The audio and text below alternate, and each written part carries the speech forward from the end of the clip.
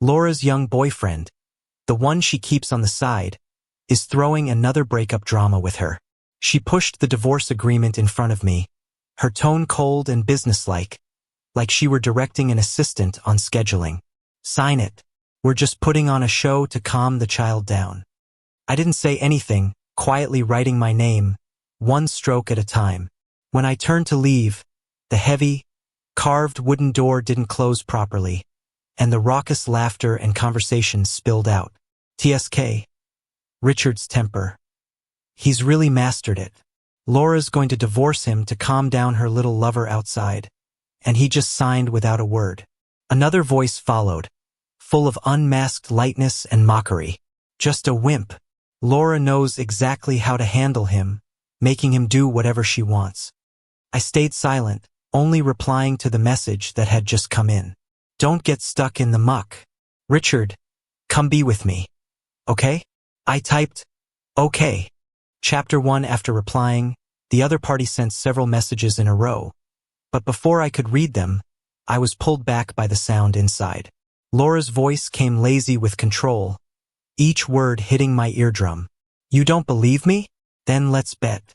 I bet that within this month, he won't dare be even half a minute late and will come running to me for reconciliation. The stake is 3 months of drinks. How about it? Laughter followed, mixed with the clink of wine glasses. I didn't stop walking, striding through the luxurious carpeted corridor. I walked until I stepped out of the brightly lit villa, which felt like a cage. My wife, Laura, had recently fallen for a young, spoiled artist. She rented him a high-floor studio with great lighting in the center of the art district, a space worth a fortune. But that young artist was quite proud. Standing in the art kingdom Laura had personally built for him, he said, I refuse to be the one who destroys someone else's family. Laura found his attitude amusing, and so the absurd performances went on. At her birthday party, she was very enthusiastic about taking pictures with me. At that time, I naively thought it was sincere. Happy inside, I awkwardly went along. Later, I accidentally saw a group chat tag on her phone, open only to Ryan. The second time she humiliated me in public, at a company meeting, she baselessly rejected my efforts and plans, letting everyone laugh at me like a fool. Then she turned around and sent the video of my humiliation to Ryan. See how annoying he is? Such a fool. This time, she wanted a divorce. I decided to let her have it. The phone in my pocket vibrated silently once. Then again. I stopped, took it out. The screen's light cut through the darkness of the winter night. The sender was a contact abbreviated as Fiona. The message was short. Richard, is this for real? I truly believe it. A gentleman's word is his bond. With a decisive force, his fingers struck a word on the cold screen. Once said, there's no turning back. Chapter 2. In the afternoon, we drove to the Civil Affairs Bureau. Throughout the journey, her mood was surprisingly good, her head gently swaying to the soothing jazz rhythm. As we got out of the car, a cold breeze rushed in, mingling with the scent of expensive cedar and tobacco she wore. Looking a bit pale, she raised an eyebrow, seemingly noticing me for the first time. Didn't sleep well last night? How many times do I have to tell you it's just about entertaining a child for the novelty? Before she finished speaking, a velvet box slipped out of her coat pocket, the lid popping open with a snap. A dazzling, eye-catching, avant-garde men's diamond ring quietly lay on the ground. A hint of embarrassment flashed across Laura's eyes as she quickly picked it up and shoved it back into her pocket, clearing her throat nonchalantly. Let's go, let's make this quick. I have a lunch meeting. Inside the Civil Affairs Bureau, the process was surprisingly fast. The staff asked in a formal manner, is this a voluntary divorce? Yes, I nodded. Is the relationship confirmed to be broken? Yes, I nodded again. There will be a 1-month cooling-off period. After that, both parties must come in person to finalize the divorce certificate. She handed over the stamped receipt. Laura took it, and before even leaving the service area, she immediately pulled out her phone to take a picture. Almost simultaneously, my phone in my pocket buzzed. A familiar WeChat profile picture, Ryan. Below the photo, a line of text was glaringly clear. Behave. Want to see what a divorce certificate looks like tonight? I'll keep it for you. My fingertips were cold, and without hesitation, I deleted the conversation. The next second, a new message popped up. From Fiona on the 3rd of next month. The Concorde flight from Toronto to London is reserved. Followed by, don't be sad. I'll be waiting for you in Toronto. Later that night, I dreamed of Laura. She was a young girl then, with neatly cut short hair and eager eyes. Richard, how did your hands get so beautiful? You write well and you must play the piano well too.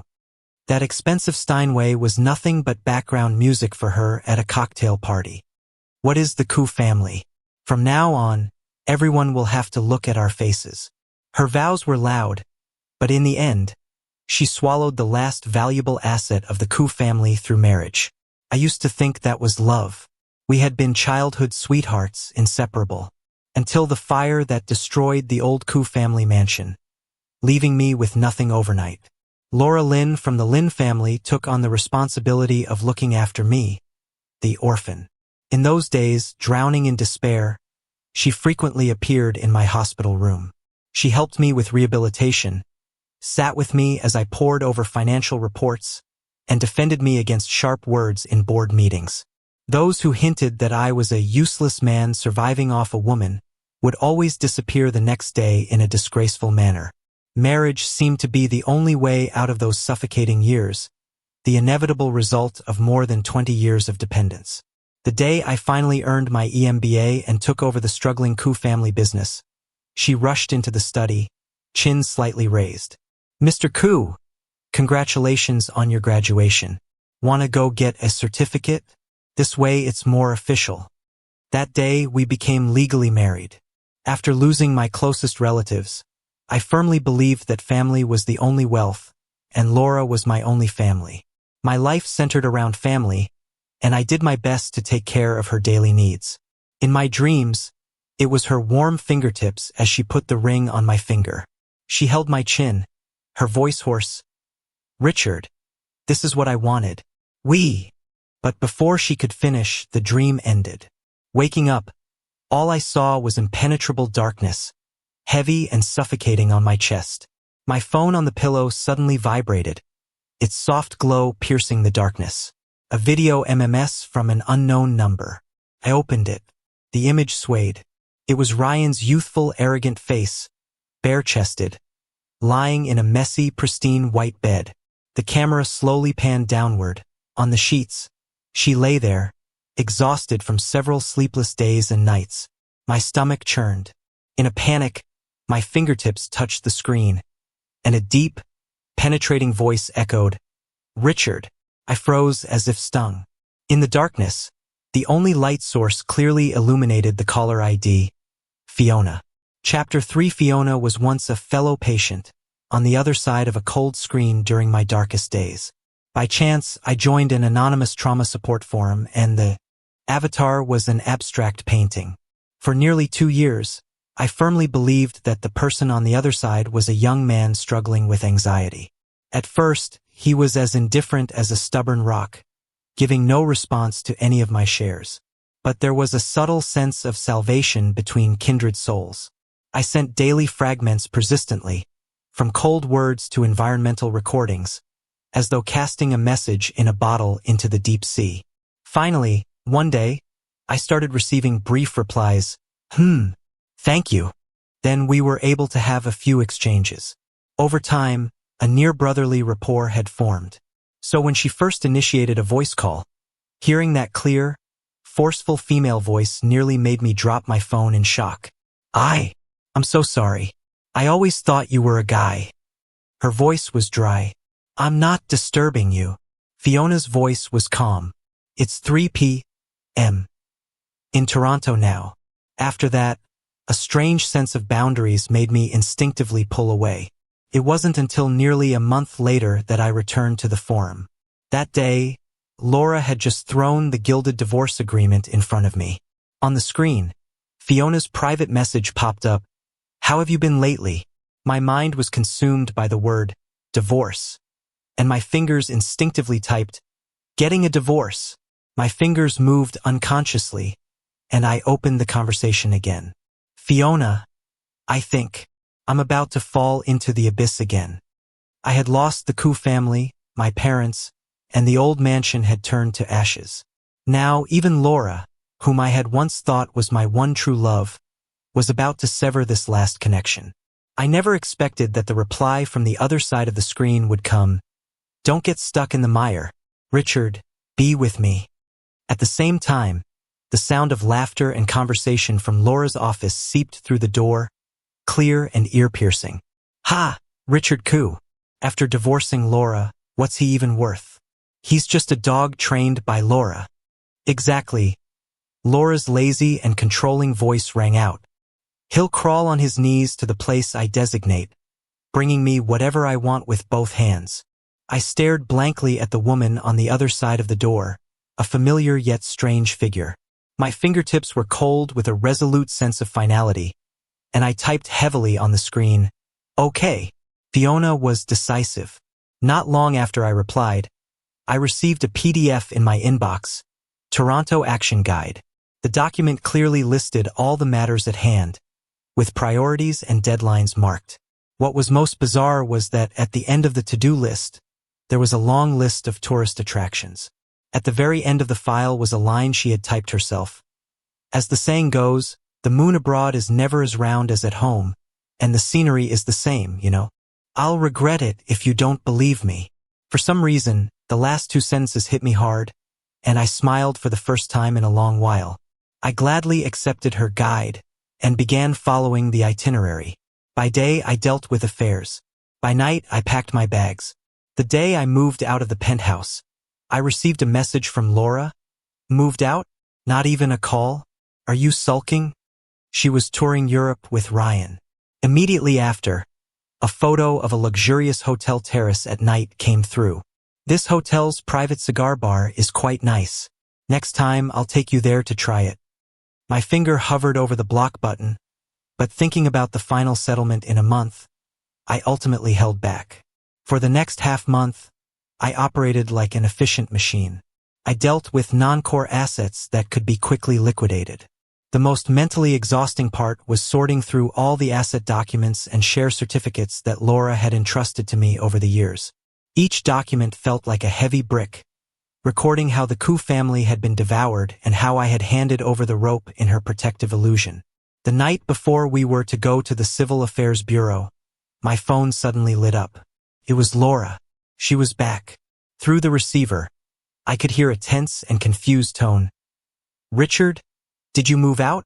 Chapter for Laura seemed to have long grown accustomed to the silence on my end of the phone as she let out a soft laugh.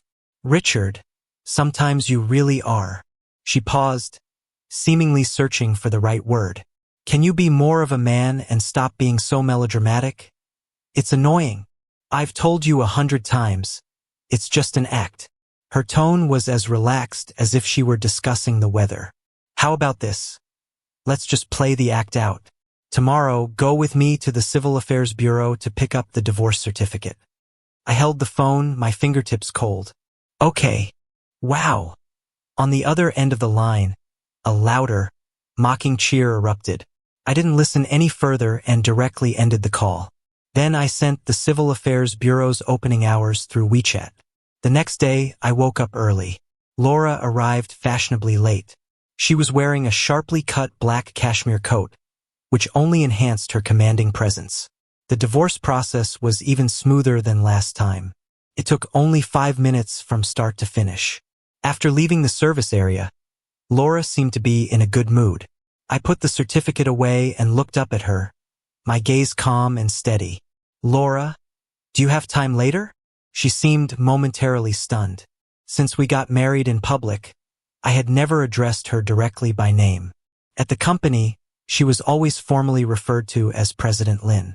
The next second, her eyes, always calculating and scrutinizing, curved into a smile, and she spoke in a clear voice. "Yes." No matter how cold, calculating, or indifferent Laura had been over the past year, I had never thought of erasing the past version of her completely. I still remembered her youthful figure standing in front of me and the cup of warm water she had handed me during the darkest days after the Koo family collapsed.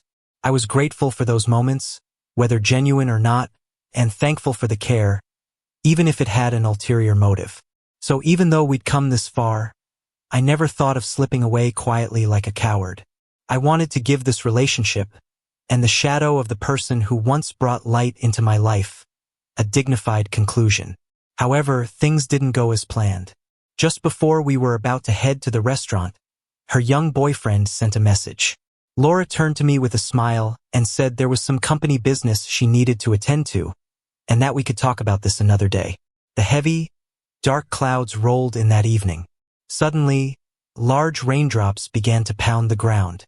Thunder rumbled from afar, followed by a blinding flash of lightning that illuminated the dim room, turning everything pale. Boom! My body stiffened, and an uncontrollable flash of searing light, thick smoke, and my father's final gaze appeared before my eyes. I curled up in the corner of the couch, hugging myself tightly, trying to use every ounce of strength to fight off the fear and physical tremors that almost tore me apart. At that moment, my phone rang. On the other end of the line, the deafening sounds of music, clinking glasses, and the wild banter of men and women mixed together. The chaotic, dizzying background spun around me. Then, I clearly heard her voice, laced with deep contempt, like an ice pick dipped in poison, stabbing through my eardrums. Koo family heir? Ha, what a joke. Do you know all those years taking care of him, watching him like a useless piece of trash who couldn't even speak? I'm so sick of it. If it weren't for that little scrap of Koo family wealth he had, who the hell would have the patience to coddle a scared, useless heir? Marriage. Want to know why I married him so early? It's to get the last bit of juice out of the Koo family and make it official in my hands. As for him, she let out an extremely sharp, mocking laugh. You get it? Ha ha ha. Boom! A thunderclap exploded above my head, shaking the entire building. Her venomous words on the phone, the storm outside, the destructive fire in my memories. In that instant, everything was linked and detonated by that strike of lightning. The immense humiliation and shame overwhelmed me like a tidal wave. Just then, the screen lit up. It was Fiona calling. Richard? Her voice came through the receiver, calm, clear, and with an odd penetrating power. Are you crying? Her voice remained steady. I wanted to say no, to deny this last moment of vulnerability. But my throat felt as if it had been welded shut, and apart from the broken sounds of breath, I couldn't utter a word. Send me your location, she commanded, her tone clear and decisive, with an undeniable strength. I'll come to find you. Chapter 5. After Laura became single again, a group of second-generation elites, who were either close to Laura Lynn or hoped to attach themselves to the Lynn family, organized a party called Celebrating New Beginnings, booking the largest VIP room in the city's top luxury club. It was unclear how late they partied, but by the time they had drunk themselves senseless, the room was a mess of people sprawled out in various states of inebriation. Someone, in a haze, pulled out their phone to scroll and suddenly shouted, "Whoa! Big gossip! Check the trending searches." That mysterious lady from the Kim family who has always been abroad handling the core business, Fiona Kim. She's quietly come back to a city. No way! Someone rubbed their eyes and slurred. Isn't she stationed in Toronto? After her grandfather passed, she barely came back. Always so elusive. I swear it's true. It's everywhere. The person shoved their phone in front of everyone's face. There's proof with a picture. My God, it really is her. The aura. Even through the screen, it's intimidating. Wait, is there someone next to her? Whoa, the way they're so close, that must be her boyfriend. Looks like she brought him back to meet the elders. No, this person. Why does he look so familiar? Laura! Someone pushed the quiet Laura, who had been drinking in the corner, staring at her phone without speaking. Look, the person next to Fiona. Doesn't he look like Richard? Laura hadn't actually been drunk, but she had no interest in other people's gossip. How could it be my ex-husband? She impatiently took the phone and scoffed. Richard. Before she could finish speaking, her gaze swept over the photo on the screen, and she froze. The photo was taken at the VIP entrance of the airport, late at night. Under a huge black umbrella, a tall woman dressed in a sharply cut black trench coat, her profile cold and refined, exuded an intimidating aura. The man next to her was holding the umbrella with one hand, talking and laughing with her. Laura seemed as if she had been burned. But for the sake of her pride, she quickly adopted a relaxed demeanor and said, "There are plenty of people in the world who look ordinary and resemble someone else. This Kim family heir's taste isn't even that great." A group of people behind her immediately chimed in. "Ha ha ha, Laura's right. The heir's taste is really nothing special." In the bathroom, Laura pondered. How could Richard possibly know Fiona?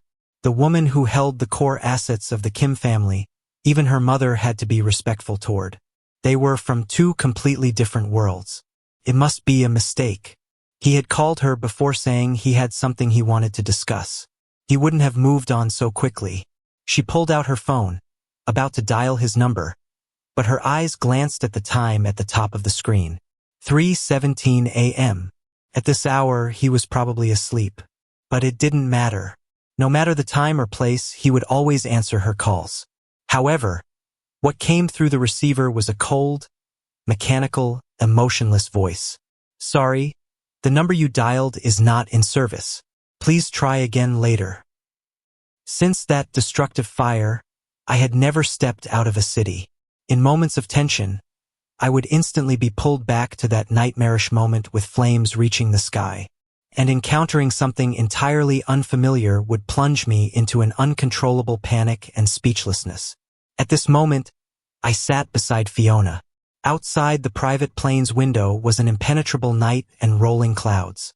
Fiona was tall. Even though we sat side by side, the powerful aura she carried from her long tenure at the top brought an invisible pressure. From getting into the car to boarding the plane, she spoke very little.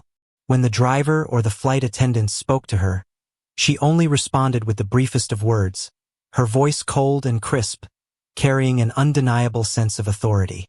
Her identity was clearly extraordinary. Despite the late hour and heavy rain, many reporters who had heard the news immediately rushed over, microphones extending toward us, their chaotic shouts rising one after another. "Miss Kim, is there an important reason for your sudden return to the country? Miss Kim, who is the man next to you? Miss Kim, what are the next steps for the Kim group?" Just as I was about to be overwhelmed by a sense of unease and regret, the person beside me suddenly moved. She turned slightly, pulling a packet of tea bags from her bag. A faint scent of lavender and chamomile, mixed with a hint of honeyed sweetness, quietly wafted out. The memory was instantly pulled back 2 years. In that anonymous forum, I had tirelessly tried to open Silent Echo's heart. I recently found a tea bag that's quite special, a subtle fragrance of lavender and chamomile. When I'm feeling down, brewing a cup helps a lot. Would you like to try it? Send me an address. That was the first time she had responded, sending a string of addresses in Toronto. Would you like some? Fiona's voice came through softer than before. She seemed not as unapproachable as her appearance suggested. Before I could nod or speak, she naturally picked up a tea bag with her slender fingers, placed it in a cup, and handed it to me. I took the slightly warm cup slowly, savoring it. In an instant, every pore of my body relaxed, unwinding in this familiar yet unfamiliar sweetness. Chapter 6. I really ended up staying in Toronto, a completely unfamiliar city. Fiona had settled me into a penthouse apartment by the Seine, but she seemed to be incredibly busy, and the large apartment often felt empty with only me inside. After I finally adjusted to the time difference during the first week, she rarely appeared at breakfast. One morning, she elegantly cut into her fried eggs, then suddenly spoke. "Richard, what do you want to do next?" Her question caught me off guard. Laura had never allowed me to take any significant role in the company. "You get nervous and go silent. You'll mess things up," she had once advised me with a tone that felt more like charity than concern. Be good, just do some minor work at your own company or go to the club and play golf. Who cares about the small stuff? But now, Fiona looked at me calmly. Your English needs to be built from the ground up, and that will take time. But the Chinese community in Toronto is very active, and there are plenty of opportunities. I believe this won't be difficult for someone like you. Without thinking, I tightened my hand resting on my lap, my knuckles turning slightly white. Can I do that? After so many rejections, I had become a bit unsure of myself. Fiona raised an eyebrow slightly and smiled faintly. It's never too late to learn a language. Believe in yourself. Then, while learning English, I began working as a basic employee in Fiona's company, handling clients from the Chinese market. Learning and working. The sense of fulfillment and joy, pure and long forgotten, filled my heart like warm spring water. This happiness was so real that I couldn't help but want to share it with the few friends I still kept in contact with. Excited, I logged back into my long-forgotten WeChat account. However, the message notification sound instantly exploded like popcorn popping, going off frantically. The screen was flooded with countless messages, nearly freezing the app. The top few were from an acquaintance, a fringe figure from Laura's circle. Richard, where have you gone? Laura's been searching for you like crazy. She even called me. Reply quickly. Laura seems really angry. Laura was looking for me. When Fiona took me away that night, I had been in such a terrible state, nearly on the verge of collapse. So I entrusted all the follow-up matters concerning Laura and the marriage to Fiona's people. As for my phone number and social media accounts, I had canceled the old number and had Fiona set up a new one for me with encrypted contact details. At that moment, a voice call request suddenly popped up with an unbearable ringtone. My finger was about to hit the delete button, but I accidentally answered. The next second, Laura's voice, full of suppressed fury, almost screamed into my ear, vibrating through my eardrum. Richard, what the hell are you doing? Where the hell have you been? Do you still want to attend next week's gala? Do you still want the anniversary gift? Laura, I spoke calmly, unexpectedly so. We're divorced. There was a sudden silence on the other end of the line, as if she hadn't expected me to interrupt her so directly. Without a second thought, I ended the call. Less than a second after the screen went dark, the notification sound exploded again. Richard, I've told you 100 times that was just an act. Are you so stupid you can't understand? What's your new number? Send it to me now. Add me back on WeChat. Do you want to remarry me or not? Huh? One message after another with her usual commanding tone and unquestionable authority. This time, I didn't hesitate at all. I clicked the delete contact option decisively and pressed the button. Next, I opened my contacts and added everyone related to Laura, friends, business partners, into the blacklist. The world at last became quiet. The healing power of the new environment quietly unfolded. Passing by a sports brand store, I remembered Fiona mentioning her morning exercise routine, so I bought a high-end yoga mat and a soft, flexible fascia ball. Recently, she had been coming home more often. I speculated she might be working out as I carried the shopping bag upstairs. Sure enough, faint rhythmic beats drifted from the door. As soon as the key touched the lock, the door swung open. Fiona stood before me, wearing a black training tank and sports shorts, beads of sweat sliding down her neck. The vitality of life hit me all at once. And in her arms, a fluffy snowball-like Maltese puppy was snuggled up. Puppy? My surprise instantly overwhelmed all my thoughts, and the shopping bag slipped from my hand onto the foyer. I reached out to take the soft, trembling ball of fur, and the little one affectionately rubbed against my palm. You brought it back? How come you didn't mention it? I asked, astonished. It's a gift for you, she said, closing the door behind her. Slightly out of breath from her workout, I looked down at the little puppy in awe. For me, Laura had always been allergic to animal fur, and pets were a no-go in our home. I thought I would never have a dog again in my lifetime. My heart burst open with joy. I was finally going to have my own little dog. Here. This is for you, Fiona said hurriedly, bending down to pick up the yoga mat and fascia ball, handing them to me. I thought you could use them. She casually placed the items on the counter, her eyes still smiling as she watched me and the puppy. I hugged the warm little comfort and sank into the sofa.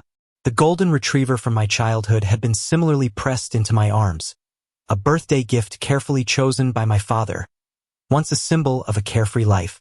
It felt as though holding this puppy was anchoring my heart. Looking up, I noticed Fiona, intrigued, playing with the gray-blue fascia ball. Her relaxed state after the workout allowed her brow to soften, and a rare, gentle curve of her lips appeared. Fiona, I said, watching her childlike movements. The old term slipped out. Unconsciously, I murmured, "You can use that to roll out the trapezius." I stopped abruptly. The air instantly froze. Fiona. A low, heated voice surged toward me. She had somehow leaned in with a mischievous smile, her body temperature from the workout radiating like a wave of heat. The proximity was dangerously close. My heart raced wildly, like it was about to burst. The puppy yelped and jumped off the couch to hide. Her minty-scented lips suddenly came near. A brief, forceful, possessive kiss landed like a burn.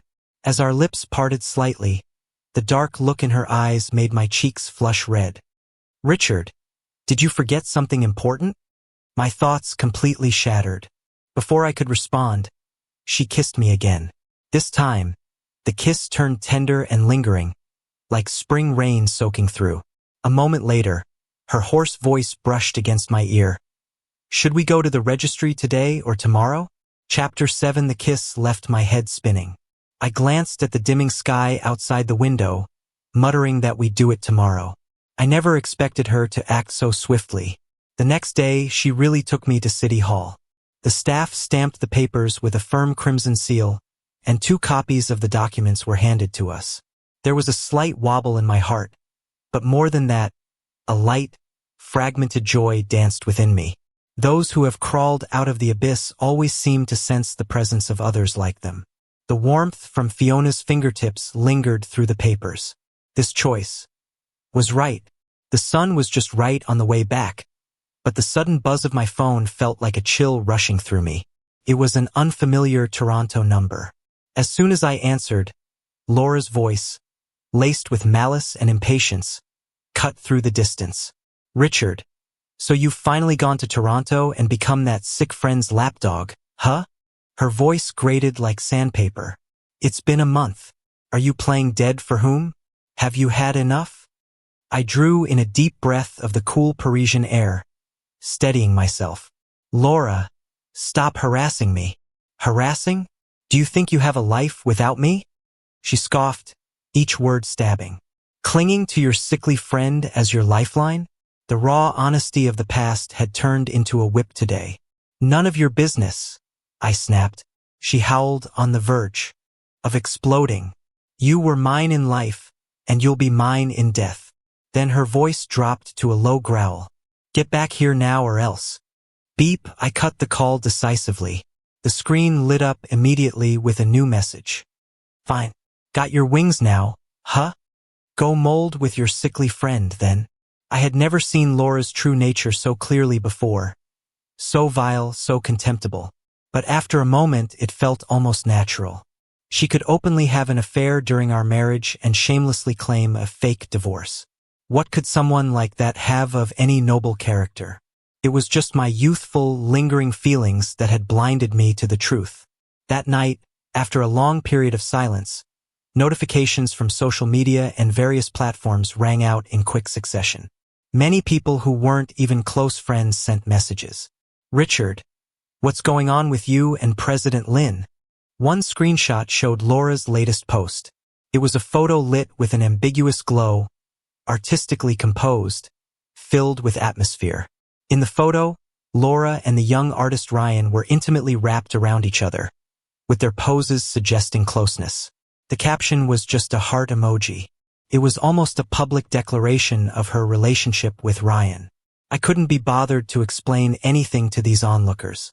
I simply posted a direct, no-frills picture of our divorce certificate cover. No caption. Soon, my university friends group became very active. Whoa, Richard, you finally saw the light. Let's celebrate. We all knew Laura was trouble. When did that bunch of her friends ever respect you? Exactly. She's a mental manipulator. Always bringing up your PTSD, making you so tense you couldn't even speak at social events. Totally. You could be having a good time with us, but the moment she shows up or calls, you freeze up like you've been hit with acupuncture. Turns out, all the signs had been obvious for a long time. I just chose to turn a blind eye back then. That kiss left me dizzy. I glanced out at the encroaching twilight, mumbling that we'd do it tomorrow. I never imagined she would act so decisively. The very next day, she took me straight to City Hall. With a flourish of the pen, the staff stamped the documents with a bold red seal, and 2 copies were handed to us. There was a slight tremor in my chest, but more than that, a light, scattered joy bubbled inside me. Those who have crawled out of the abyss always seem to detect the presence of others like them. The warmth from Fiona's fingertips transmitted through the papers. This choice was right. On our way back, the sun was perfect, but the sudden vibration of my phone felt like a cold draft. It was an unfamiliar Toronto number. As soon as I answered, Laura's voice, tinged with malice and urgency, cut through the distance. Richard, you've really gone and become that sick friend's lapdog in Toronto? Her voice scraped at my ears like sandpaper. It's been a month. Who are you pretending to be dead for? Have you had enough?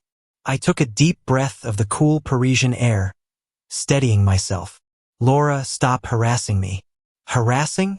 Do you think you have a life without me? She scoffed, her words cutting like a knife. Clinging to your sickly friend as your lifeline? The raw honesty of the past had become a whip today. None of your business. She howled on the verge of exploding. You were mine in life and you'll be mine in death. Her voice grew darker. Get back here now or else. Beep, I cut the call decisively.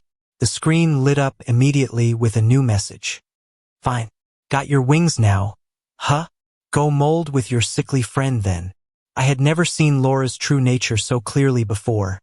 So vile, so contemptible. But after a moment, it felt almost natural. She could openly have an affair during our marriage and shamelessly claim a fake divorce. What could someone like that have of any noble character? It was just my youthful, lingering feelings that had blinded me to the truth. That night, after a long period of silence, notifications from social media and various platforms rang out in quick succession. Many people who weren't even close friends sent messages. Richard, what's going on with you and President Lin? One screenshot showed Laura's latest post. It was a photo lit with an ambiguous glow and artistically composed, filled with atmosphere. In the photo, Laura and the young artist Ryan were intimately wrapped around each other, with their poses suggesting closeness. The caption was just a heart emoji. It was almost a public declaration of her relationship with Ryan. I couldn't be bothered to explain anything to these onlookers. I simply posted a direct, no-frills picture of our divorce certificate cover. No caption. Soon, my university friends group became very active. Whoa, Richard, you finally saw the light. Let's celebrate. We all knew Laura was trouble. When did that bunch of her friends ever respect you? Exactly. She's a mental manipulator. Always bringing up your PTSD, making you so tense you couldn't even speak at social events. Totally. You could be having a good time with us, but the moment she shows up or calls, you freeze up like you've been hit with acupuncture. Turns out, all the signs had been obvious for a long time. I just chose to turn a blind eye back then. Later that evening, Fiona returned to the apartment with her assistant following closely behind, pushing 2 small, exquisite Rimowa suitcases. Pack your things, we need to go back to the country, she calmly announced. I didn't immediately process her words. The notarization for the marriage paperwork needs to be done back home, she continued. And also, I want to take you to meet my grandmother and some important family members so you can formally meet them. Almost instinctively, the question so soon, so formal, almost slipped out of my mouth. As my friends had said, Laura never brought me to any core family gatherings, let alone allowing her influential family members to formally meet me. Richard. Her gaze was focused and gentle, her voice low and clear, carrying an undeniable strength. Richard, you're the most important person to me. Of course, I want to introduce you to my family and friends. A strange, warm wave crashed into my chest, and even my fingertips tingled. So this was the power that came with a healthy, mutually respectful relationship. Fiona said she needed to handle some important business matters in a city first. So the first stop of our return to the country was set for a city. Fiona's approach was very low-key. She naturally took my hand, our fingers entwined. Surrounded by her assistant and bodyguards, we walked steadily toward the VIP passage. During this time, through both intentional and unintentional learning, I had come to understand who Fiona truly was. The bitter Kim family inheritance dispute from over a decade ago had far-reaching consequences and influence, much beyond a typical family feud. Business headlines had tracked the events for months, and its thrilling, unpredictable twists felt like something out of a business thriller. Back then, everyone thought that with the Kim family patriarch gravely ill and several uncles eyeing the position, the final victor would be one of the experienced old ministers or elders. No one expected the one to ultimately take the helm would be a young woman freshly graduated from an elite overseas business school, Fiona.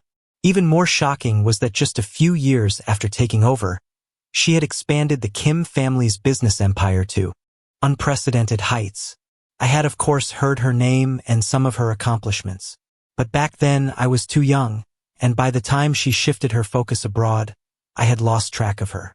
She switched into a more businesslike outfit and went straight to the core office of the Kim family in a city to handle official matters. Meanwhile, I continued my English studies at the hotel and familiarized myself with the lower-level operations of Fiona's company, preparing myself for future work there.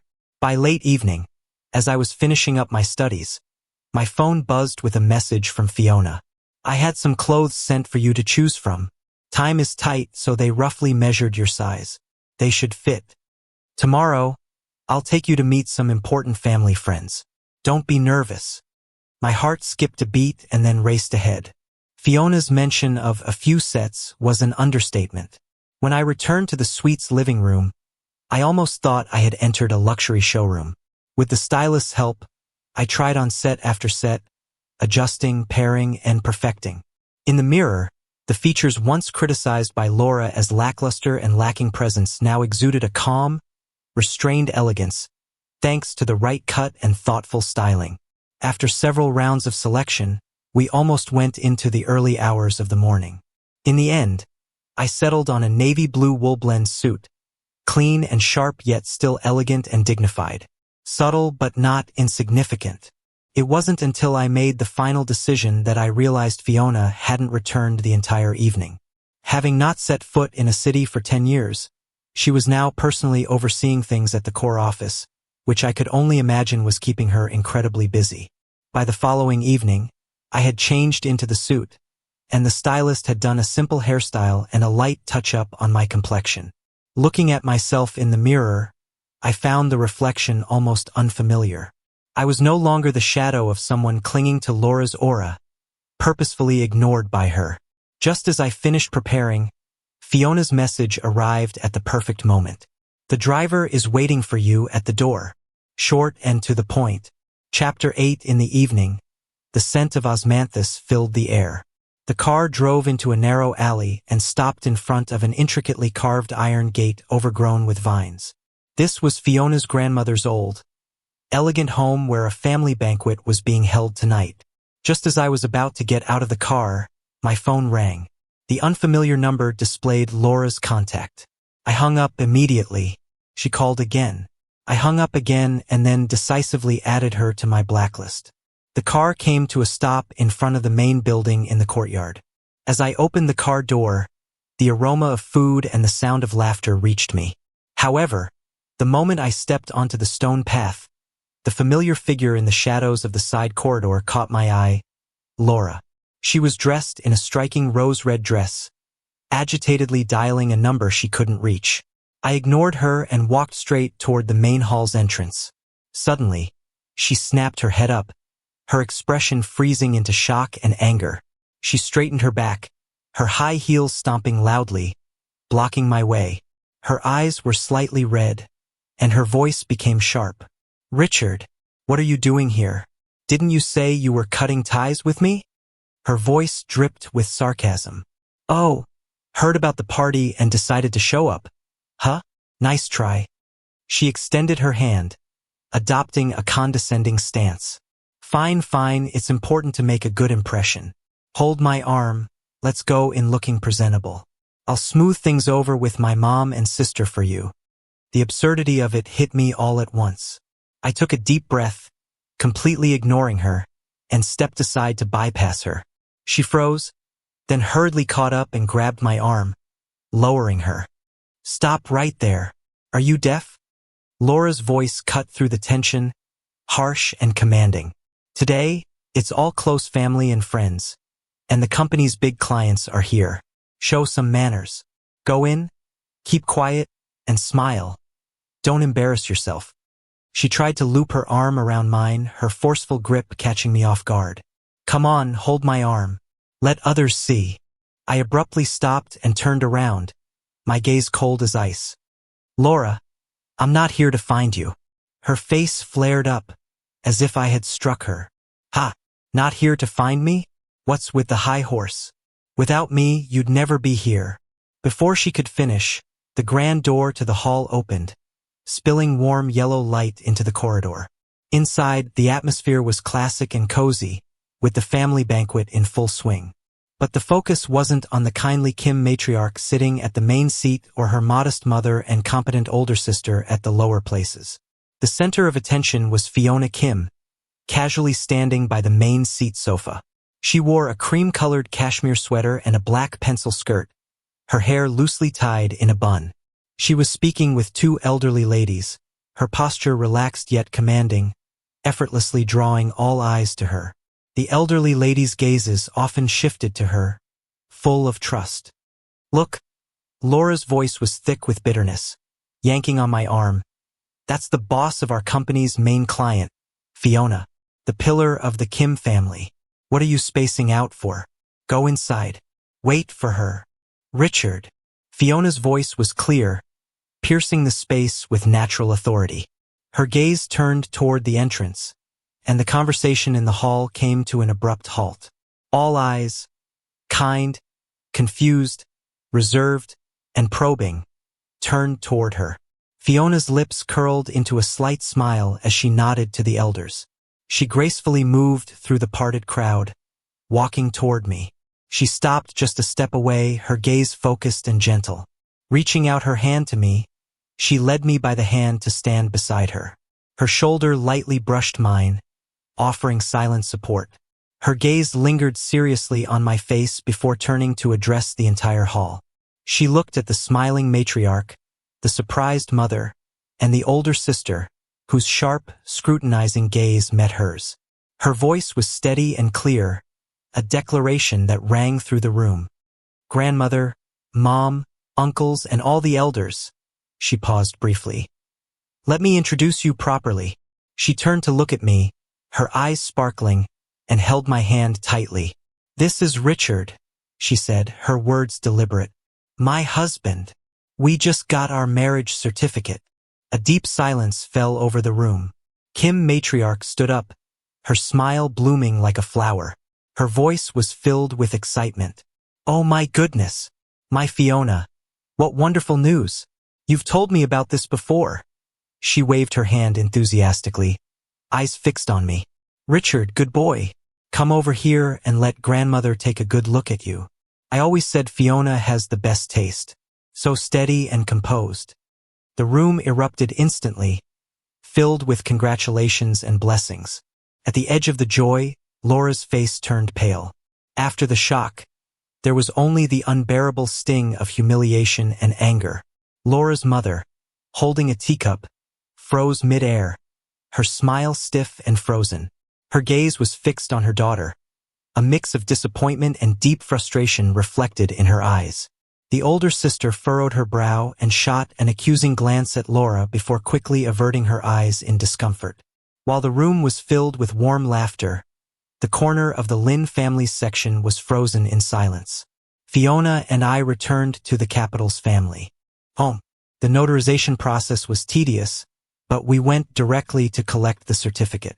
That day, when she had some free time, we made breakfast together and tidied up the room. She shared a bit about her past.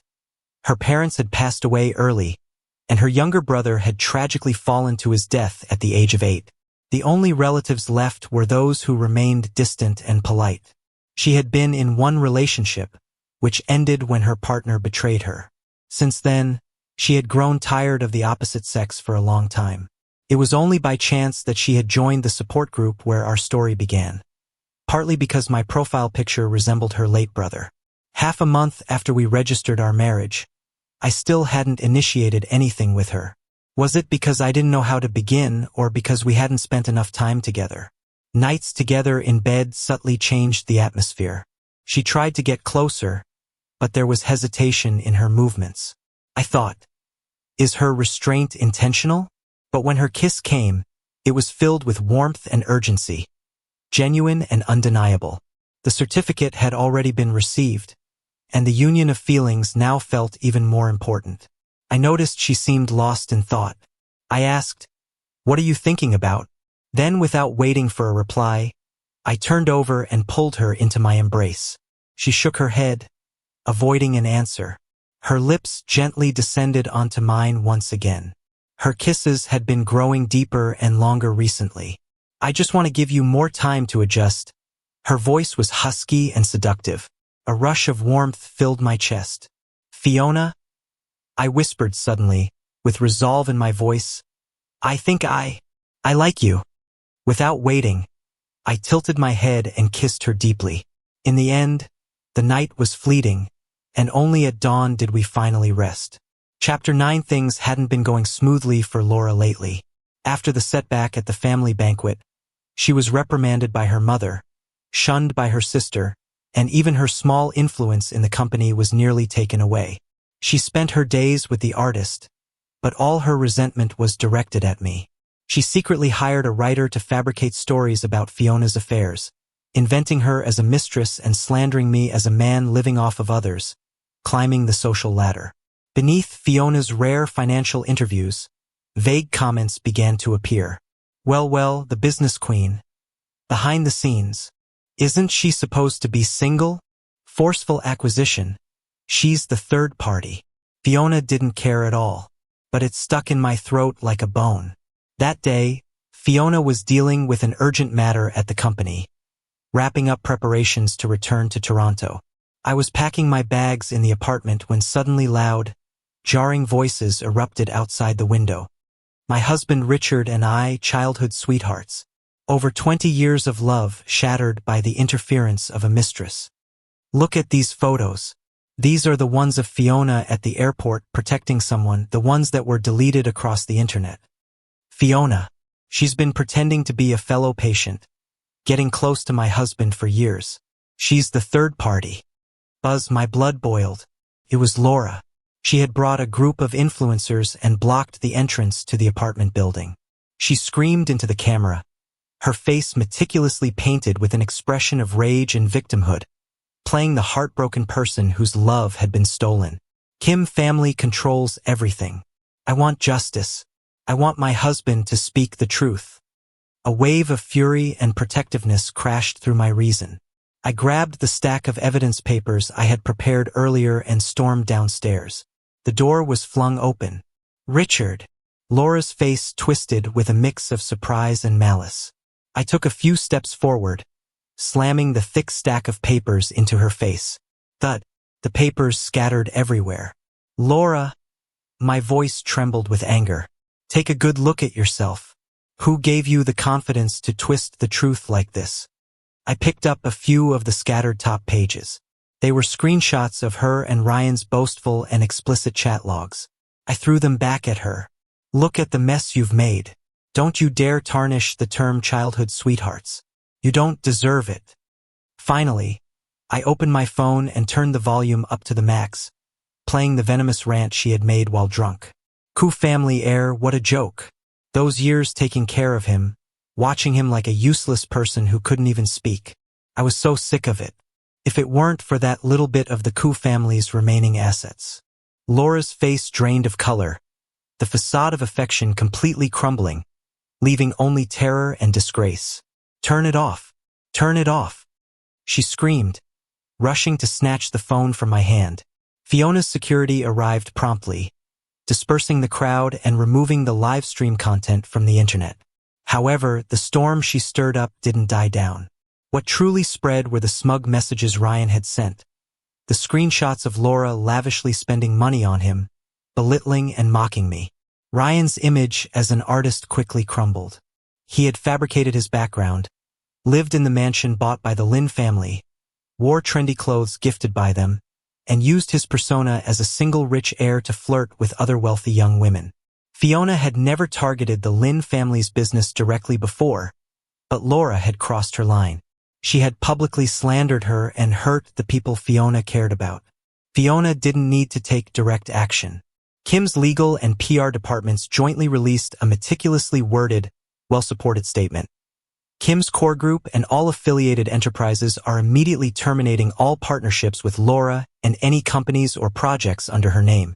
At the same time, we reserve the right to pursue legal actions for defamation and infringement of reputation. This statement was a fatal blow to Laura's business career. Not long after, Laura's mother called. Her voice was tired and pleading. "Richard, we didn't raise her well. For the sake of all these years of friendship." "Aunt?" I interrupted calmly, my tone distant. "The Lin family helped my family during our hardest times after my parents passed. I remember that kindness.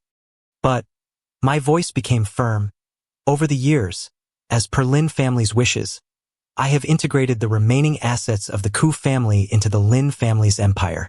I owe Lin family nothing and I owe Laura nothing. The past is over.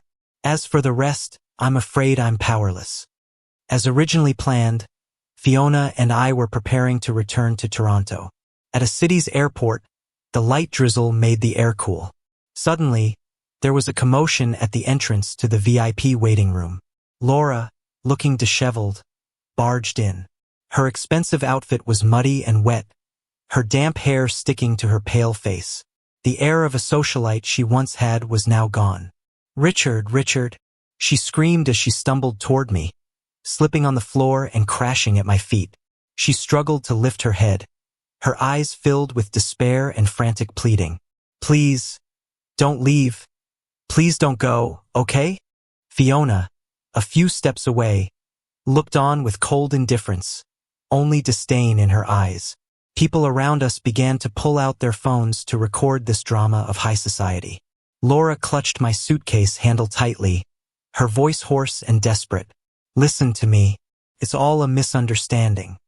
That recording, Ryan secretly recorded it for you. Not me. I didn't even know about it. I was drunk. It was nonsense. How could I think you're annoying? My marriage to you was real. I truly wanted to be with you for life. The things I said to Ryan were stupid. He was the one who provoked me. The divorce was all fake. It was an act. Richard, it's all just a series of misunderstandings." "Yeah."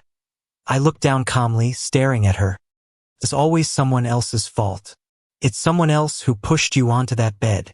All those words that belittled me, humiliated me, treating me like a burden and a joke. Those were only said by you when you were possessed by something dark. Laura Lin, you've always assumed that I, Richard, couldn't live without you. Couldn't live without the Lin family's tree. That's why you thought you could trample on me, mock my weakness, and suppress my self-worth. It became the only way for you to feel superior in your miserable life, didn't it? The Lin family was ruled by her competent older sister, Laura. She was nothing but a peripheral figure in the family, a squanderer of wealth, a spoiled second-generation heir. Her only achievement in life was probably having taken in and controlled the broken, helpless version of me. Let go, Laura. My voice was tired, resolute, for the sake of that bit of sentiment that's long been wasted. Don't make the ending too ugly.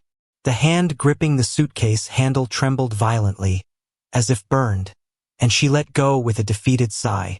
I pulled my suitcase and turned away without hesitation.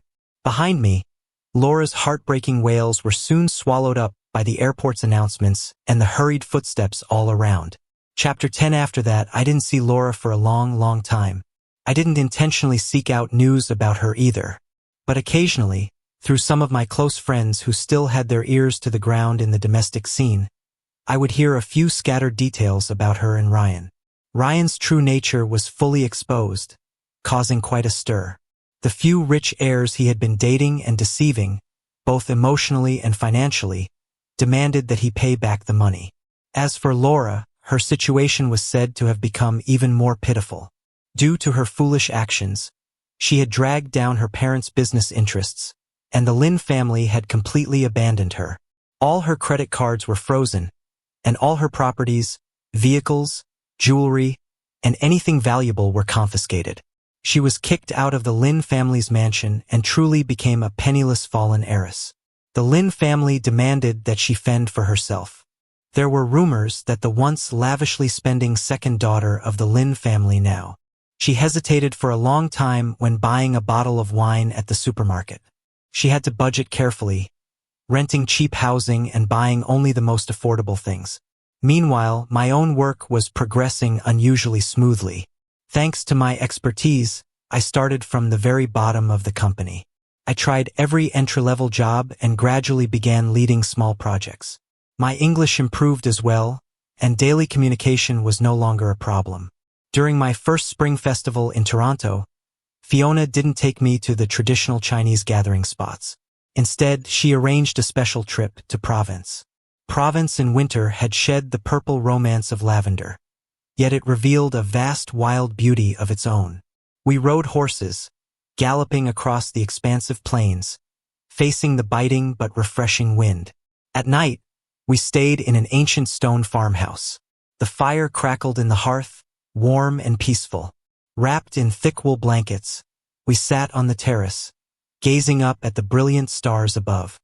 Every star here, Fiona's voice sounded especially deep and soft in the quiet of the night, has once lit the path of those who loved us, and it will eventually light our way forward.